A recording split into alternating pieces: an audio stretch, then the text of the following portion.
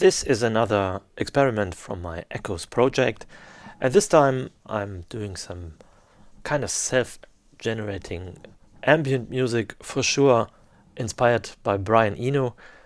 And with the technique of today, these ideas are more simple to realize in one way. On the other hand, you still need time to really balance things out, to listen. I wouldn't say this is really ready yet. It's a work in progress, because what needs to be done is listening again and again. What's going on here is I'm playing a pad.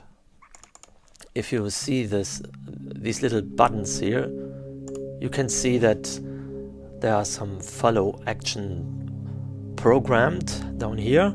That means after this is played, a different clip is going to play,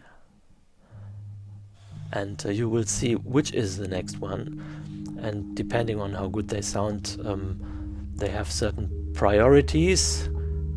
And I'm also adding additional thirds or fifth or seventh, and add an additional pad and some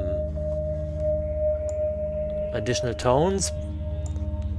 And if I want, I add some noise and also some sounds I recorded with some waterphone. And I do have reverbs and echoes in here.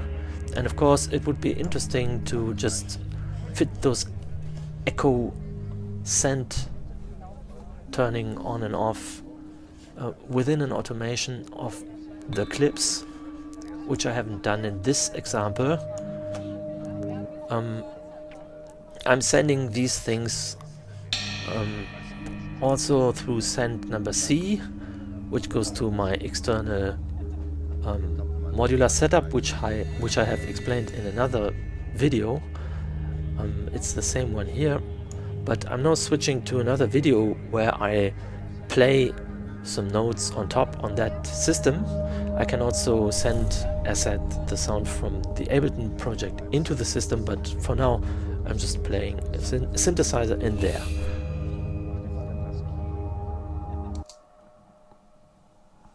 But the idea of this kind of setup is, of course, to have some constantly changing background, and the background has grouped clips that kind of match together, and they are in one block. So one block means if you program follow actions and say there's a possibility that another clip is playing, this is referring only to those clips bundled in a block. And if I try to change the root node and switch to this, for example, then I can do this manually, and the changes only happen within that block. So it's kind of semi-automatic at this point. This is always a question how you combine things. You can make a safe set where you have only the same notes that always repeat, which means the whole thing gets a little bit boring, but you're safe that there will never be something that doesn't match. On the other hand, you can try to add chord switches or root node switches, which are a bit more dangerous, so to say, but integrate some security by putting them into another block so that the switch can be done by hand. And then, of course, you can also use non-tonal components like atmospheres or noise sounds and integrate them, because they will always match. But of course, if you play them too often, they will be boring. So it's about balancing out what sounds good.